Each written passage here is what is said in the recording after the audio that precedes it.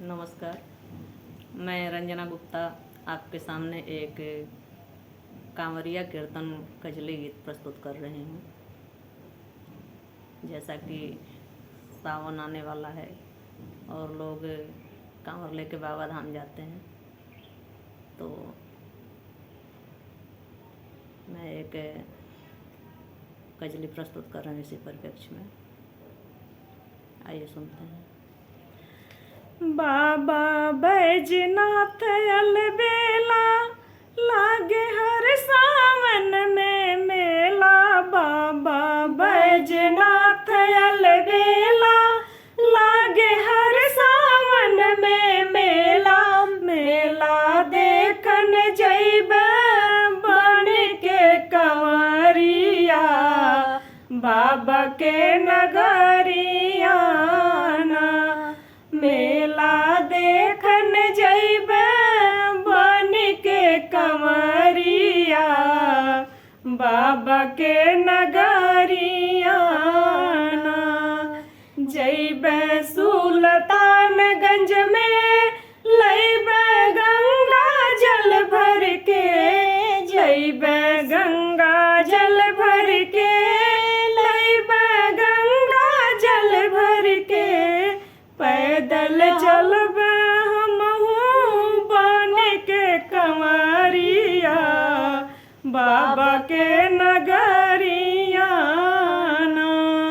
पैदल चलबे हमहू बन के कंवरिया, बाबा के नगरिया ना।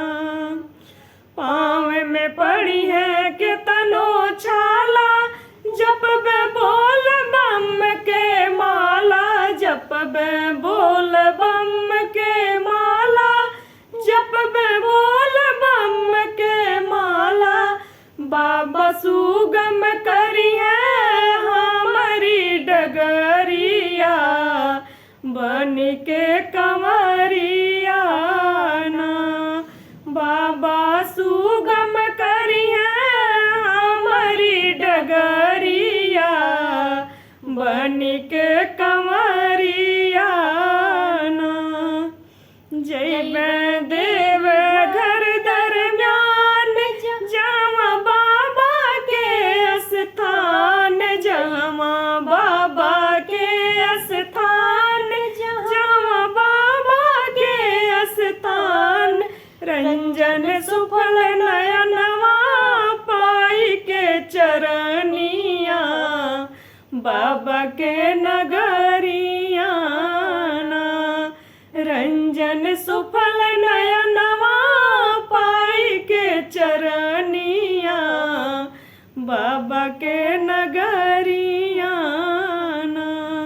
बाबा बैजनाथ अलबेला, लागे हर सावन में मेला। बाबा बैजनाथ अलबेला, लागे हर सावन में मेला। मेला देखन जइबे बन के कंवरिया, बाबा के नगरिया ना।